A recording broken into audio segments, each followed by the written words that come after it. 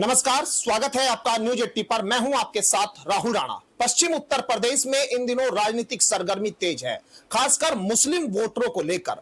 राष्ट्रीय लोकदल में जहां टूट की कई खबरें आ रही है, वहीं समाजवादी पार्टी भी साफ कह रही है कि जो मुस्लिम है वो आज भी उनके साथ। रामजी सुमन को सुरक्षा को लेकर समाजवादी पार्टी आगरा में मार्च करने का ऐलान, उधर सुरक्षा को लेकर बात हो रही है। कई सारे मुद्दे उत्तर प्रदेश में इन दिनों है।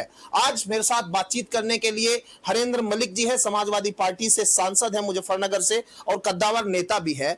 मैं सबसे पहले सर आपसे जानना चाहता हूं कि आखिर जो पश्चिम उत्तर प्रदेश में ये रालोद दावा कर रही है कि समाजवादी पार्टी के नेताओं को भर्ती हो रही है, एक तरह से आपके जो जिले के यहाँ मुजफ्फरनगर के जिला अध्यक्ष है वो भी कह रहे हैं कि रालोद ने अब भर्ती खोल दी मुस्लिमों। क्या लग रहा है कि मुस्लिम वक्फ के बाद भी रालोद के साथ जाना?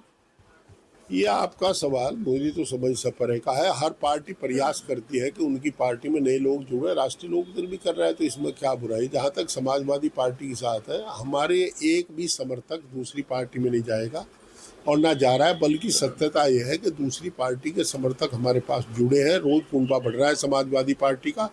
प्रदेश की जनता को केवल एक ही उम्मीद है, कमेरों की लड़ाई, केवल पीडीए की लड़ाई, कमेरों की लड़ाई अखिलेश यादव जी लड़ सकते हैं। आदरणीय अखिलेश यादव जी के नेतृत्व में आस्था व्यक्त करते हुए करने के लिए रोज कम से कम 50 लोग तो मुझे मिलते हैं बिन बिन दलों के, हम पार्टी ज्वाइन कराओ, पार्टी ज्वाइन कराओ। और ये तो सभी प्रयास करते हैं, हम भी प्रयास कर रहे हैं, पर हमारे यहाँ ये निर्देश है कि बहुत छानबीन करके पार्टी ज्वाइन कराओ, किसी को टिकट का कच्चा लालच मत दो।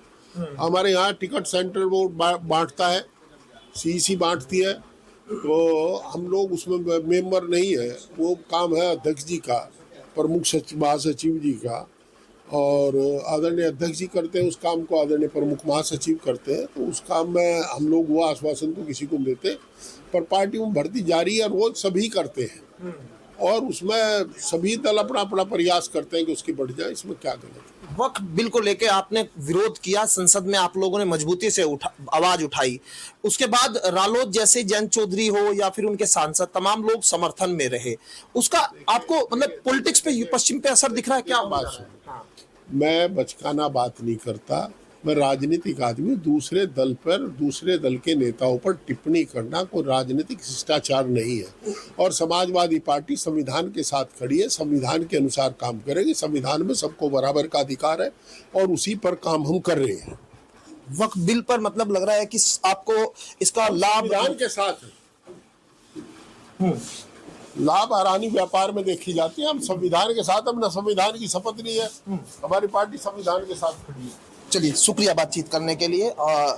हरेंद्र मलिक जी साफ तौर पर कह रहे हैं कि जो वक्फ बिल है, वक्फ बिल पर जो भी आगे यानी कि 2027 का चुनाव या फिर आगे राजनीतिक तौर पर क्या लाभ हानि होगी उसको ना देखते हुए वो अपनी राजनीतिक रणनीति है उस पर काम कर रहे हैं, उसको साधने की कोशिश कर रहे हैं। लेकिन सीधे तौर पर उत्तर प्रदेश में अभी मुस्लिम वोटरों को लेकर ये सवाल उठने लगे हैं और ये सियासत जो है वो तेज भी हो रही है कि आखिर मुसलमान किसकी तरफ देख रहा है। क्योंकि राष्ट्रीय लोकदल के साथ जाट और मुस्लिम का एक गठजोड़ रहा।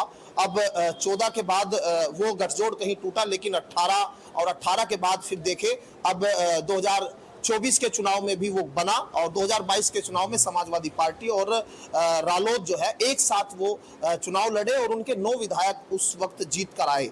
लेकिन आज के समय में फिर एक बार फिर वही राजनीतिक चर्चा हो रही है कि आगे क्या भविष्य देख रहा है मुस्लिम वोट खासकर, और वक्फ बिल पर इसका क्या असर होता हुआ दिखाई दे रहा है। तमाम सारी चर्चाओं पर सीधे तौर पर अभी सवाल बने हुए हैं और नजरें बने हुए। मेरे सहयोगी गौरव के साथ में राहुल राणा, न्यूज 80 मुजफ्फरनगर।